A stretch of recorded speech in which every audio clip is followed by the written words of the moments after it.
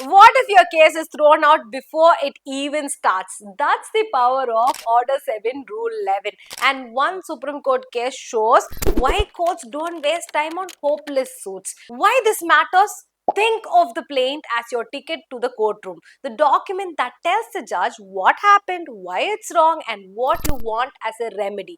But just like an invalid ticket won't get you to a cinema theater, an invalid plaint won't get you into a trial. The Code of Civil Procedure Order 7 Rule 11 tells us exactly when a plaint can be rejected even before the case starts.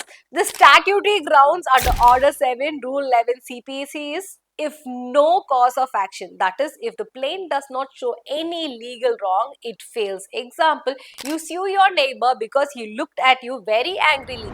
Even if it is true, that's not a civil wrong. Okay, next we have undervaluation of the suit. If you undervalue your claim to pay lower court fees and refuse to correct it when the court asks, then your plaint will be rejected. Example, claiming 10 lakh worth property as just 1 lakh to avoid higher court fees. And then you have plaint not properly stamped.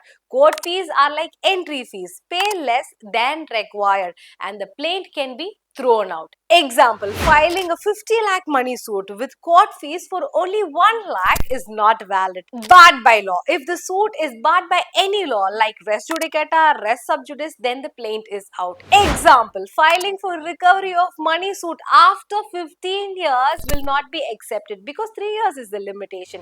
And then plaint not filed in duplicate. Court needs one copy for the record and one copy for each defendant. If you fail to provide both, the plaint can be rejected. And non-compliance with Rule 9 of Order 7. Rule 9 says a plaint must have essential details like name of the parties, cause of action of the facts, and relief sought. Missing these, then rejection.